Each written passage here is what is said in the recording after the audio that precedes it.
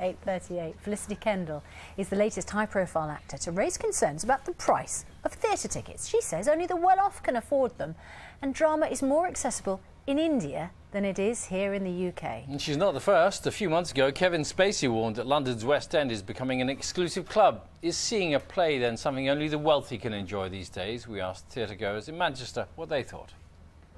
Well, it depends on what you call pricey. You get 4 kids, myself, for £100. That's a cheap day out, really. You couldn't take kids to a football match for that now.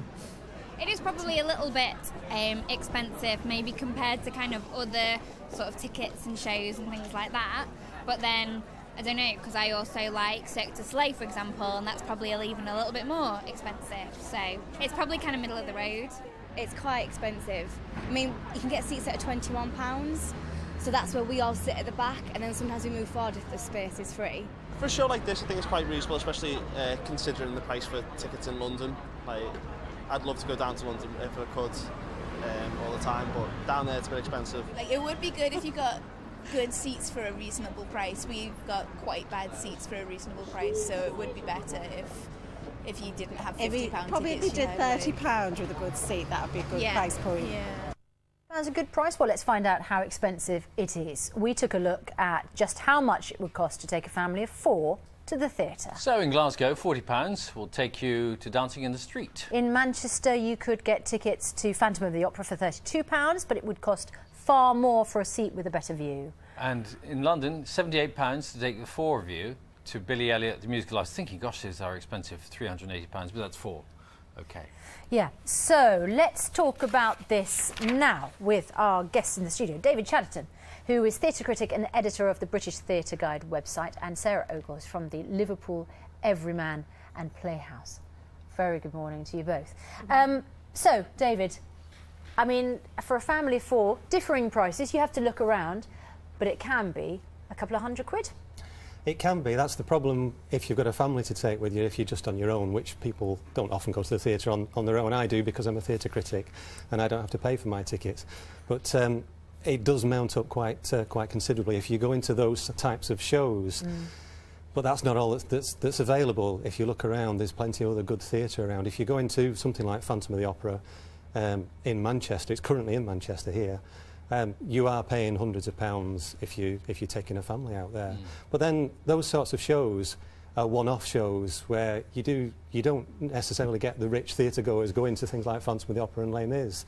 They tend to be something that's a special treat for normal working class families that save up to go to the theatre. Yeah, should it be that expensive? I know not all theatre is that expensive, but in the West End, London's West End particularly, it just seems incredibly expensive these days. Particularly with when you buy a ticket and then you get charged up to £12 because of the booking fee. Yeah, booking fees add an awful lot onto an average ticket price. We don't charge booking fees at our theatre, and we think it's include that in the ticket price. So you can buy direct from the theatre? Yeah, buy direct from the theatre. In London you can't necessarily do that. No, I know. You've got additional costs there with the London theatres, but I think it is prohibitive in the West End. And I think, unfortunately, people think that's just theatre, and actually there's so much theatre going on around the country, in every city and every town, that's at every level, for, you know, from small shows for families that will cost you £20 to take all the kids to, you know, more expensive shows, and often you get to see shows in regional theatres before they've gone to the West End. I mean, we opened Lady Killers, which was in the West End around Christmas in November last year, and our top ticket price was £26 for exactly. And same cast, same production? Same cast, same production. And the top ticket price, £26. And if you'd seen it in the West End, how much was the top ticket price? It was at least twice that. Right, okay. And the difficulty is that if you want to get a cheaper ticket in the big theatres, you're going to have a restricted view, or you'll be miles away in gods. Yeah, the ticket fees that are added on are really my big bugbear, because I'm not really sure where these come from. I know a lot of the agencies and the theatres try to justify them as being the extra costs of booking by phone, by internet. But sometimes well, when Barbara Streisand came to Manchester, the tickets were about £500, and I had a look. The booking fees were over £20, and I'm not sure it cost that much more just to process a credit card. And in the past, I've booked at the Lowry, which is just across the road from here, where I was last night. And I could book in person and not pay a fee. I could phone up the same person that gave me the ticket with the same credit card and they would charge me a booking fee. And I'm not sure what the extra costs are. Well, Darren says main theatres have to charge such high ticket prices to cover the overpaid artists' fees. Josephine on Facebook says, why don't they offer a row of tickets free to 20 people per performance who've never been to the theatre before? And Andy says, I'd love to see some of the bigger shows in London. I just wish they'd tour them more often rather than just leaving them in the West End. What about free tickets? We were part of the Arts Council's scheme, A Night Less Ordinary, which was offering young people under 26 free tickets. Yeah.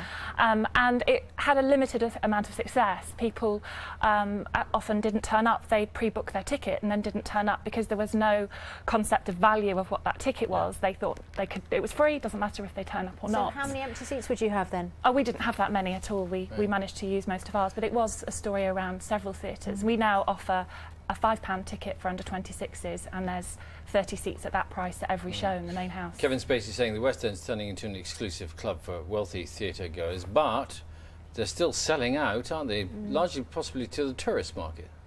Well, yes, some of the shows he's talking about, like Phantom in Manchester as well as in London, and Les Miserables, they sell out, so they're going to charge those prices. But the West End isn't the be-all and end-all of theatre.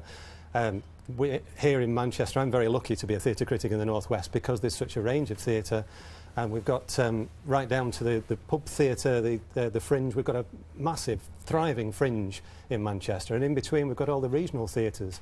If you want to get a season ticket for the Octagon in Bolton, it costs you £90 for the whole season, and that's a year's season. And for that, it could be one ticket for one show in the West End, particularly at the premium prices. All right. Thank you both very much. Thank you. Good to talk to you. Thanks very much indeed.